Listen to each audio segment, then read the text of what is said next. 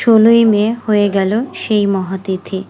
দীর্ঘ 27 বছর পর আবার সেই মহাতিথি শুভ সন্ধিক্ষণ। জ্যৈষ্ঠ অমাবস্যা তিথি, কর্মদাতা ও ন্যায়ের দেবতা শ্রী শ্রী শনিদেব ঠাকুরের জন্মবার্ষিকী।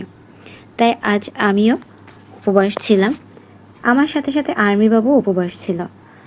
তো তার সাথে আর কিছু মিল থাকুক না থাকুক, এই বিষয়টা আমাদের খুবই মিল আছে। যেমন কোনো পুজো কাজ করতে আমাদের দুজনেরই খুব ভালো লাগে। তাই তো সব কিছু গুছিয়ে বিকেল 4:30টার দিকে আমরা উত্তর মন্দিরে ছুটে চললাম। মন্দির এমনই একটি স্থান যেখানে আসলে মন পবিত্র হয় এবং মনে সকল চিন্তা ভাবনা দূর হয়ে যায়। এসেই তো আমি ভোলানাথের ঘণ্টায় দিলাম 2 বাড়ি।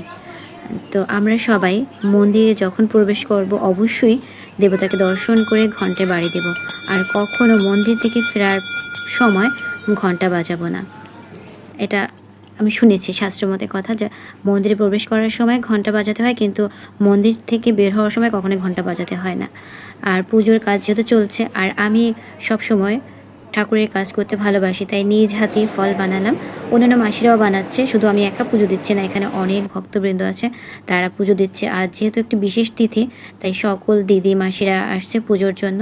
তো নারায়ণের আসনও সাজানো হয়েছে এবং শনিদেবের আসনও সাজানো হয়েছে। প্রথমে শুরুতেই নারায়ণ পুজো হবে, তো আমরা বসলাম। আর যেহেতু আমি একজন ব্লগার, কন্টেন্ট ক্রিয়েটর বলা যায়, তো ছবি না তুললে হয়। তো এই নিয়ে দুজনে খুব একটু হাসাহাসি করলাম।